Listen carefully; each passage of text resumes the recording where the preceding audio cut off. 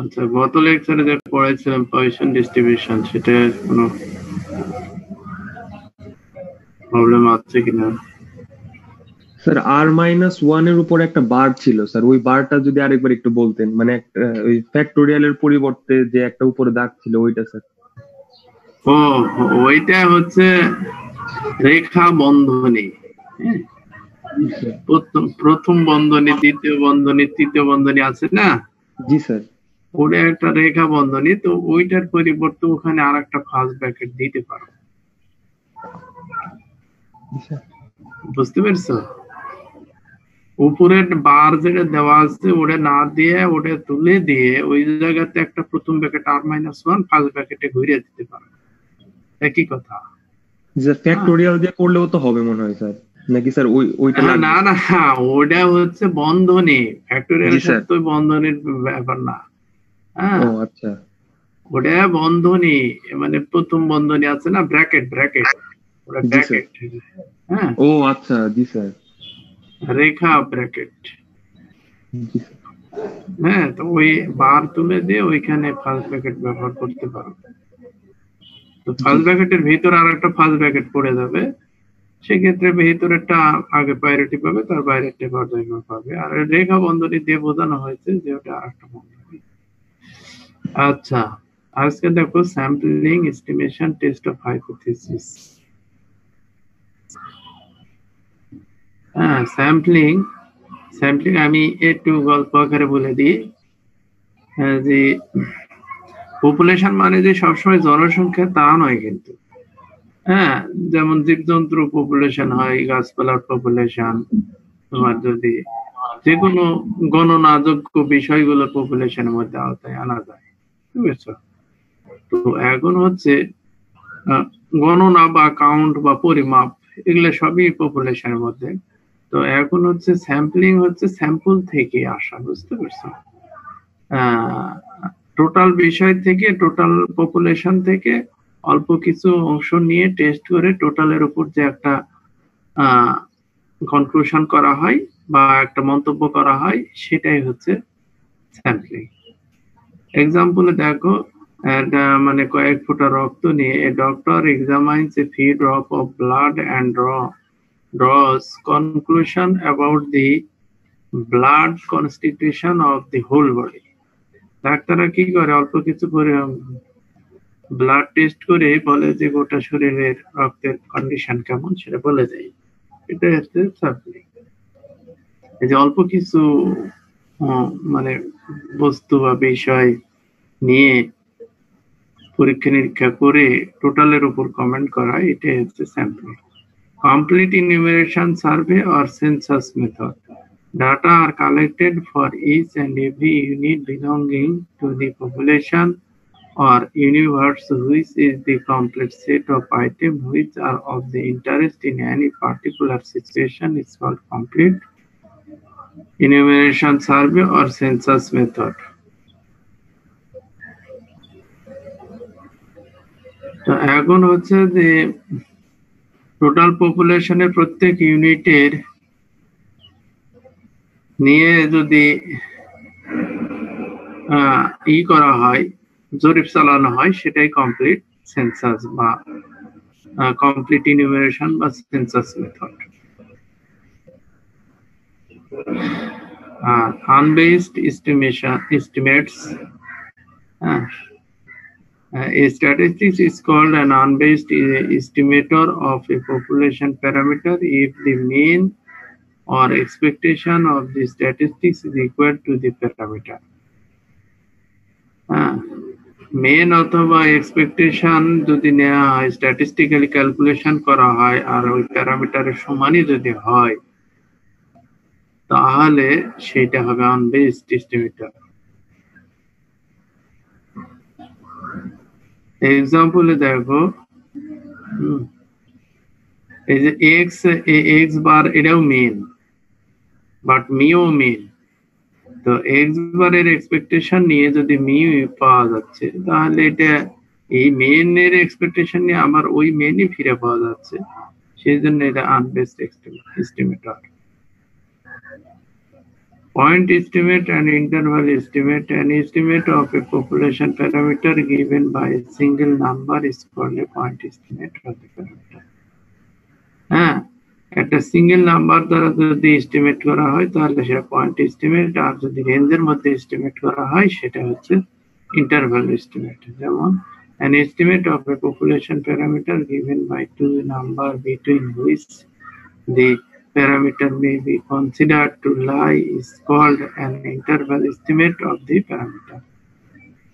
If we say, example, if we say that the distance is 5.28 per meter, the point estimate fixed, we are given a point estimate. If on the other hand we say that the distance is 5.28 plus minus 0.03, মানে কম বেশি হতে পারে, এটা কিন্তু ইন্টারভ্যালের মধ্যে। যেমন এই ইন্টারভ্যালটা হচ্ছে 5.25 and 5.31 মিটার্স এর মধ্যে।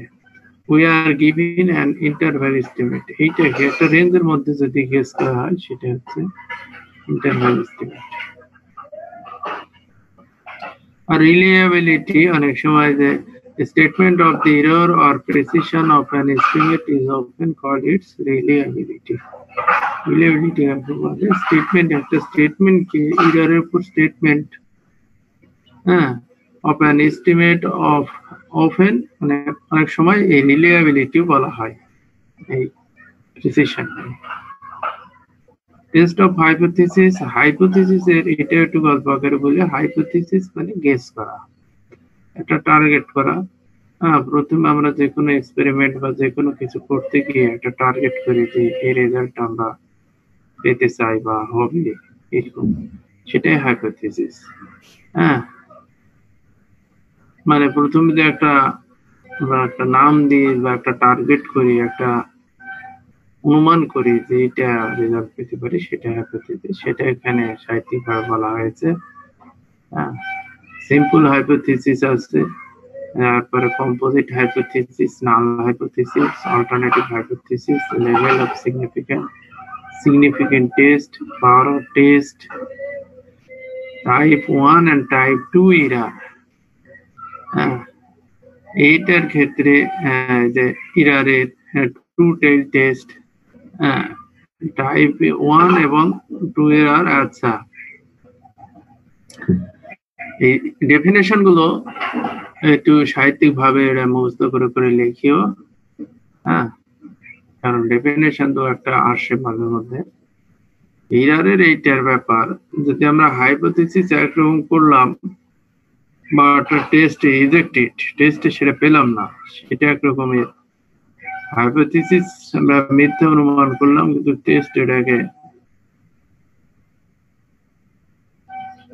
অ্যাকসেপ্ট করবে এরকমের। অথবা হাইপোথিসিস আমাদের গেস করা এবং টেস্টের এটা একই, গেস করা ভুল বা টেস্টে ভুল, এই ধরনের। মানে এটি দুই কোয়ালিটির আছে, বিপরীতধর্মী আর সিমিলার। এই জন্য বলা হচ্ছে টাইপ 1 and টাইপ 2 এরর, মানে দুই ধরনের এরর আসতে পারে। Obviously, the first two possibilities leads to errors if we reject a hypothesis when it should be accepted. Possible number 1, we say এইখানে একটু নাম্বারের সিরিয়াল মিস্টেক হয়েছে, এটা সিরিয়াল দিয়ে তোমাদের পাঠানোর ব্যবস্থা করব। We say that type 2 error has been made. In either case, a wrong decision or error judgment has occurred. Type 2. Possible number 2. It was a hypothesis false, but our test is accepted. Type 2 error has been made in either case, or a wrong decision or an error in judgment has occurred.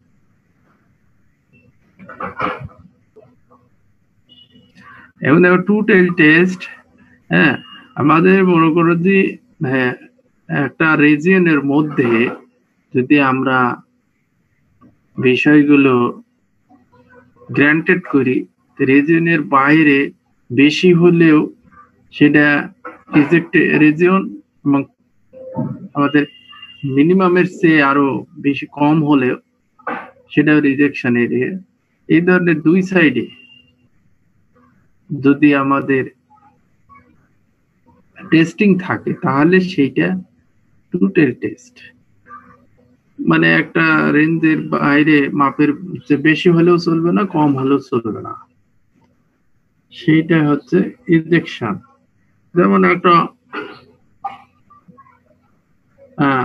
আমাদের যদি মনে করো ড্রেসের ক্ষেত্রে ভাবি, একজনের বডির জন্য এক রকমের ড্রেস প্রয়োজন, হচ্ছে খুব বেশি বড় হলেও চলবে না, আবার ছোট হলেও চলে না।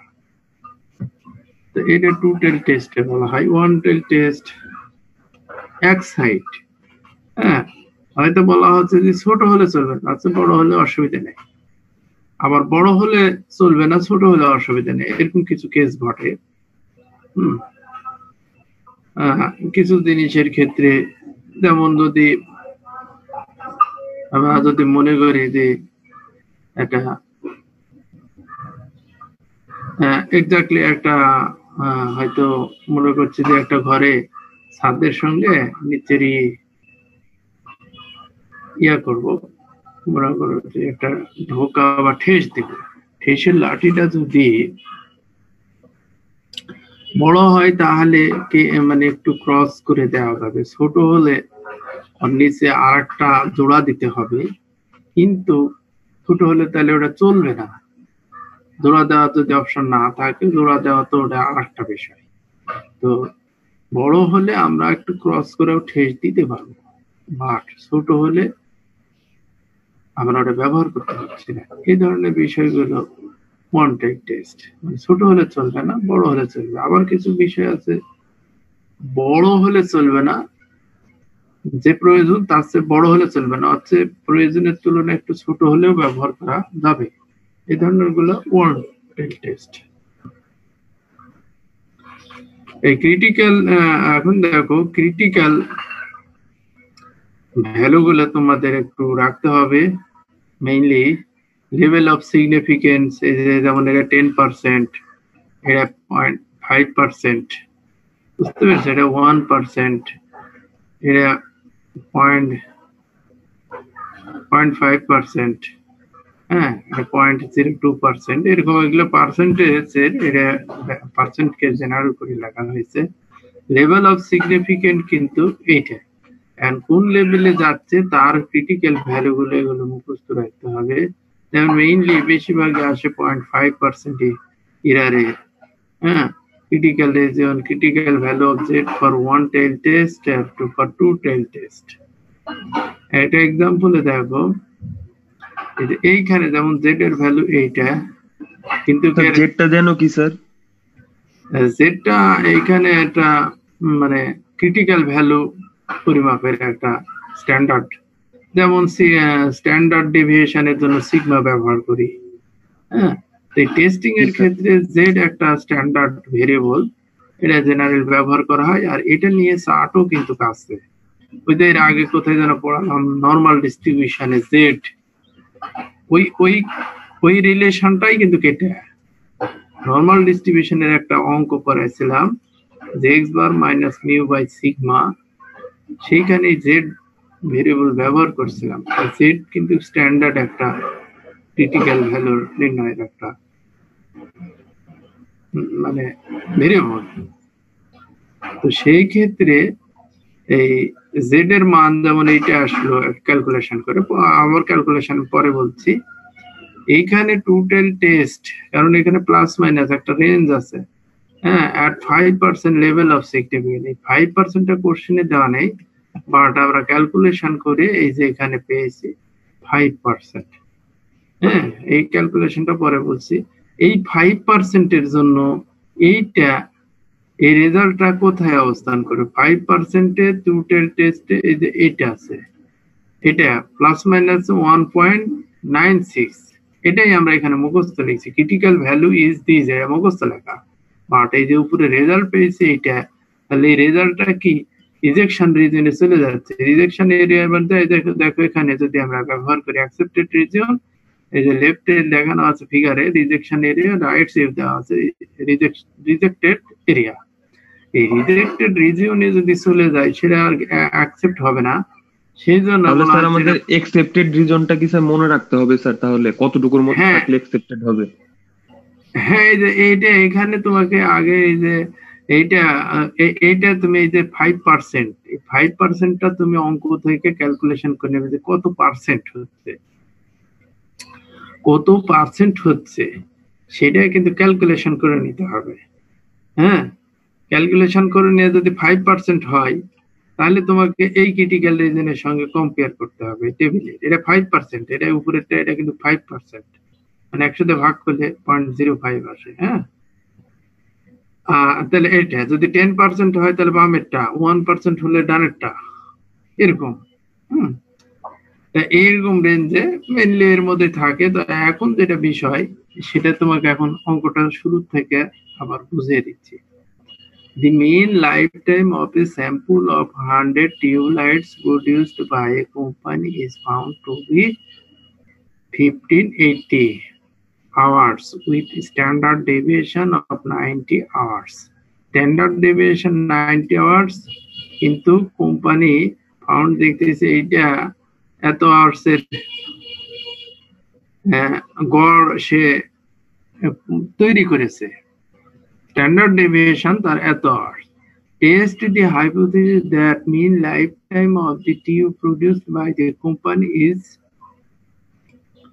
1600 hour, 1600, and বলা হচ্ছে যে এই লাইফ টাইম, টিউবের লাইফ টাইম 1600 আওয়ার। আমরা এটা হাইপোথিসিসে বলছি, এটা আসলে টেস্ট করতে হবে। এটা গেস করছি 1600 আওয়ার হবে, এটা আসলে সঠিক কিনা এর এই হাইপোথিসিসটা টেস্ট করতে হবে যে এদের মেন লাইফ টাইম 1600 আওয়ার হতে পারে কিনা। 1580 দিয়ে আছে কোম্পানির, 1600 চলতে পারে কিনা টেস্ট করতে হবে। এখন দেখো, null hypothesis is that there is no significant difference between the sample mean and hypothetical population mean, that is this. null hypothesis R significant difference এর মধ্যে কোনো ডিফারেন্স নেই। যেমন এই যে mu equal to mu not, এখানে কোনো পার্থক্য নেই, বিলের সমান দেওয়া আছে। এন্ড এইটা হচ্ছে নাল নয়, H1 এর নাল নয়। উপরে ডেফিনেশন গুলো একটু পড়িও। এইখানে mu not equal to mu not, এটা জেনারেল স্ট্যান্ডার্ড ভাষায় লিখে রাখলে ওটা। আর নাও জেড ইকুয়াল টু এক্স বার, এটা মনে করো যে থিওরি লেখা। এইটা একটু তুমি যেমন ইন্ট্রোডাকশন লেখা একটা কোশ্চেনের, ইন্ট্রোডাকশন মতো। এন্ড বলা হচ্ছে now Z equal to X bar minus mu by sigma X bar. হ্যাঁ, where sigma x bar standard deviation is by root over n. s হচ্ছে স্ট্যান্ডার্ড ডেভিয়েশন হচ্ছে s, সরি, সিগমা হচ্ছে এইটা x এর সাপেক্ষে, কিন্তু আগমনের এটা মিন ডেভিয়েশন বোঝাচ্ছে। হ্যাঁ, এই ক্ষেত্রে এখন এই সিগমা বারের মানটা বসিয়ে দিয়ে এখন প্রত্যেকটার মান বসা দেওয়া হয়েছে। এক্স বার এটা মিন দেওয়া আছে কোশ্চেনে 1580, আর এই মিউটা এটা আমাদের টেস্ট করতে হবে, এইটা 1600 ধরে নেওয়া হয়েছে।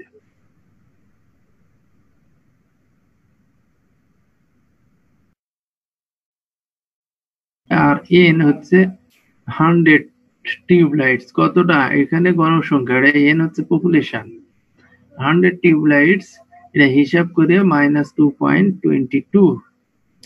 The critical value is this for, এই লাইনটা একটু উপরে যাবে, একই লাইনে, for two tail test at 5% level of significant, 5% করতে পারছি 100 minus 90, স্ট্যান্ডার্ড ডেভিয়েশন সমান 10, একে 2 দিয়ে ভাগ, টু টেল টেস্ট, সেই জন্য আমরা 2 দিয়ে ভাগ করে 5% এ নিয়ে গেলাম।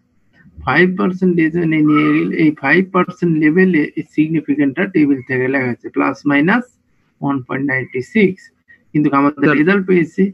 বলো স্যার, ওয়ান টেল টেস্ট হলে তাহলে 10, শুধু 10ই থাকতো স্যার, মানে 2 দিয়ে ভাগ হতো না তখন স্যার? না না না, ওয়ান টেল টেস্ট হলে ভাগ হতো না। এখন যেটা বিষয়, এখন এই 5% ডিভিশনে মধ্যে ক্রিটিক্যাল পয়েন্ট আছে এইটা, কিন্তু আমাদের রেজাল্ট আছে -2.22, তাহলে এটা এর বাইরে চলে গেছে, এই রেঞ্জের বাইরে চলে গেছে। Since the computed value of z equal to false in the ejection region, we eject the null hypothesis. Hence, the mean lifetime of the tube produced by the company may not be.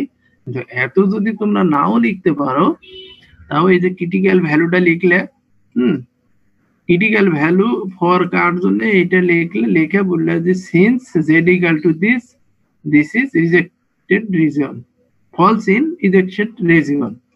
Hence, বলে conclusion, question অনুসারে conclusion, the test hypothesis that mean lifetime of produced by the company is 16 hours. এটা কি? এটা হচ্ছে, এইটা আমাদের not may not be this, এটা হতে পারে না, বা এটা ফলস, আমাদের এই গেস করাটা মিথ্যা হয়েছে, এটা চলবে না, মানে 1600 আওয়ার এটা লাইফ টাইম হতে পারে না। এই যেটা দিয়েছে কোম্পানি দেওয়া থেকে তো অনেক কিছু কম বেশি হতে পারে, আমরা চেক করে নিলাম যে 1600 আওয়ার হবে কিনা, বা হতে পারে কেন, মনে করলাম যে 1600 চলতেও পারে, তো সেটা টেস্ট করতে যায়, দেখলাম যে না, চলবে না।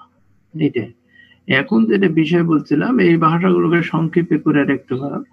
তো এইভাবে এটা একটু থিওরিক্যাল বিষয় বেশি আছে, এটাকে ছোট ছোট বিষয়গুলো লিখে লিখে মুখস্থ করিও, এখান থেকে এই ডেফিনেশন ও একটা রকম প্রবলেম পড়তে পারে। তাহলে এই টেবিলটা তোমাদের পার্সেন্ট অনুযায়ী খেয়াল রাখতে হবে, প্লাস মাইনাস দিয়ে সংক্ষেপে মুখস্থ করলেও চলবে, যেমন এই 1 টেস্ট আর 2 টেস্টের এই ইয়েগুলো প্লাস মাইনাস দিয়ে মুখস্থ করলেও চলবে।